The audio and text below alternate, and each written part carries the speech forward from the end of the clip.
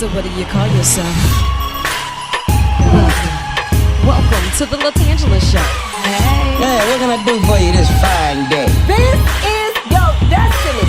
Hot, hot, hot. Right now. Welcome to the LaTangela Show.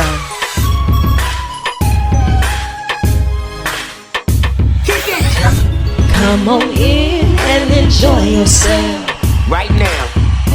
We gon' party like no one else. Welcome to the LaTangela Show.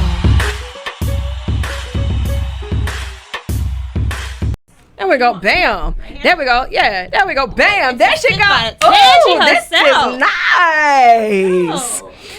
Now, you know what? Usually I come in here and I'm like, I showed up, it should be enough. I ain't doing no work. I'm here. But today I'm going to do some work and I got some backup. I got my girl with me, Sierra, the Chic and Savvy Belle. How are you? This beat is. I'm doing amazing. Thank you for having me. Anytime. Now, I know this is your first field trip to the Madhouse. Promise it will not be your last. Not at all. Okay, just checking. You have been busy. You're fresh off of a flight. I dare not ask what this trip was about because you have so much going on and I don't even know where to begin. So tell me a little bit about the journey of the Chic and Savvy Belle. Yes. So my journey as a Chic and Savvy Belle started with sharing my personal weight loss journey. Yes. I have Major success with that, by the way. Congratulations. And thank you for being an inspiration with that. Oh, thank you. Thank you so much. So I'm actually a professional photographer and a business strategist. And I'm out here struggling with this Polaroid picture. Talking about, wait a minute, catch my angles. Hold on, wait a second. Yes. Okay, So sidebar. when I started my journey as the Chic and Savvy Belle, that was really my personal journey, just to share my weight loss story with myself, to document my story. But as I started to share the story, more and more people kind of was like, hey, oh my God, you inspired me to start mine. And it just continued and it grew and it grew. And so at some point, I started to merge my business world and my personal world together. Yeah, that's important. And now we have the Chic and Savvy Belle is a whole brand. It's a whole thing now. Yeah, I mean, and it's not just about the transformation itself physically. Like mentally, you had to get to a place to where, one, you decided to start this journey. Secondly, to put in the physical work, because, baby, it is not easy. And it's a decision that has to be made every single day. But then the transparency to share that. There's a level that you have to reach. How did you get to that pivotal moment to where you knew that this was no longer going to be a Sierra thing? Like, this is something that you wanted to talk about because that was a part of the healing. That was a part of the process. Yeah, so I can tell you exactly when that happened. When I was looking for women that looked like me and their story, I couldn't find very many. Right. And immediately I knew that I needed to be that voice. I needed to be that person for the next woman. I'm all about like empowering other women and supporting women. And so I said, if I'm going to do this, I'm going to do it and share my story with the world. And there's going to be someone looking like I was looking for someone to be inspired by that's going to find my story. And hopefully my story will help them to see that they can do it too. Yeah. And that's really where it was rooted.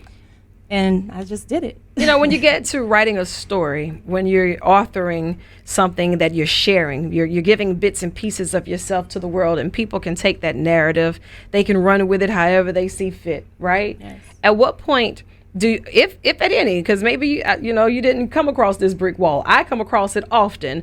The fork in the road to say, well, maybe I'm sharing too much. Maybe I can hold back a little. Did you ever get there? No, actually, I'm going to be honest, I haven't. I'm a very open person. I always have been. And I think God designs us all differently for that purpose and that reason. So for me, I never really got to the place where I didn't want to share. I do share levels of things. I don't, I'm not going to share certain things, but I definitely do. Levels to this. There's okay?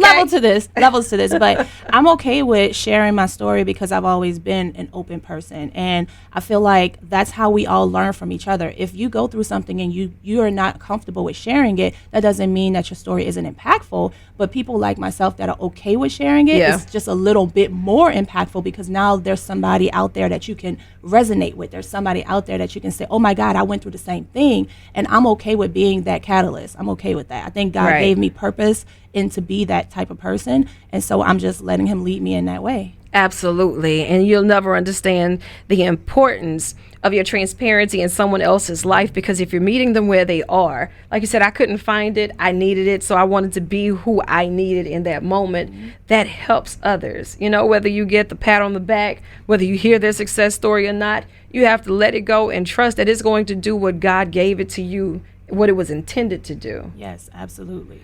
Absolutely. I applaud you, though, because not only did you go about that, but girl, you got people out here looking fly and whatnot. You know, like, I understand that when you started doing your transformation, the whole fly girl swag had to come with that. And when it did, you shared that too. Tell me a little bit about the boutique. Not too much, but a little bit, because I know you're revamping. You got some more pieces coming. I'm going to need some exclusive stuff and whatever. Yeah, so during my journey, I launched something called Bodied Belle.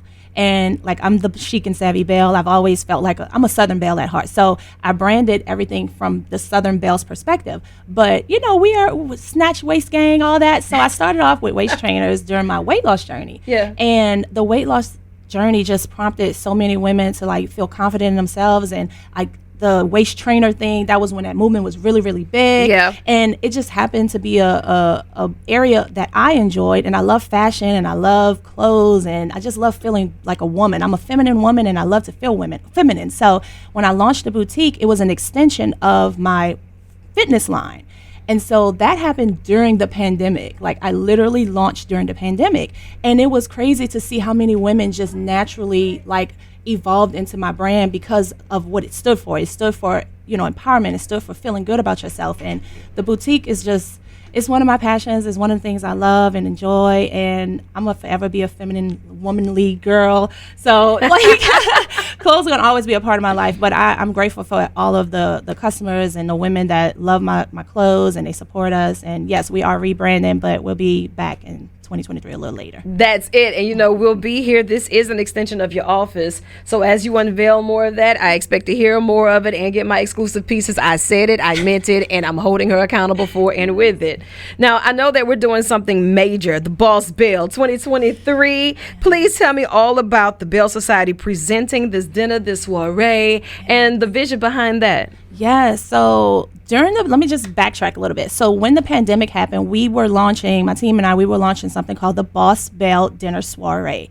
And it was designed for women like yourself and myself we're business women, we're entrepreneurs, but also to marry the lifestyle between the professional woman and the entrepreneur, because we need each other. Right. So a lot of times you see these events where the event is geared towards entrepreneurs, or the event is geared towards professionals or the corporate world, but there's really nothing that brings us together. Right. And we need each other. So for me, I said I wanted to create that space, and I wanted to create it in a space where it was fun and it was, you know, upscale and just something where we could get dressed up and enjoy each other and network. Yeah. Because at the end of the day, the best collaborations come from networking, and I feel networking between, like I said, the professional and the entrepreneur. Because as entrepreneurs, we still need other professionals to help us with our ideas and our projects, you know. So this event that we're doing is finally coming to fruition from the pandemic.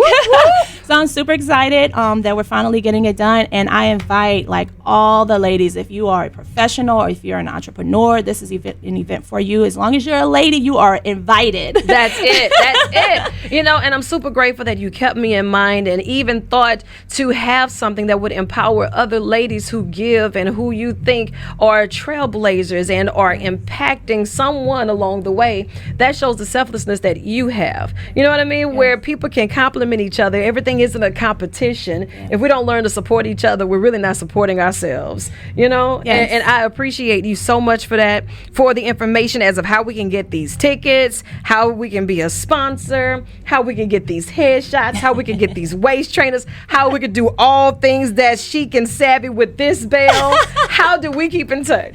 Yes. So for the event, we are honoring women in the community like yourself. So for the event, you can go to thebellsociety.com. The page is live. The tickets are available. The sponsorship link is on that page as well. If you want to be a vendor as well, ladies, we also have vendor opportunities. So if you are a small business and you want to get your product in front of some of these amazing women, please sign up. It is going to be on March 17th, so next Friday. So it's right around the corner. Get you something cute to wear.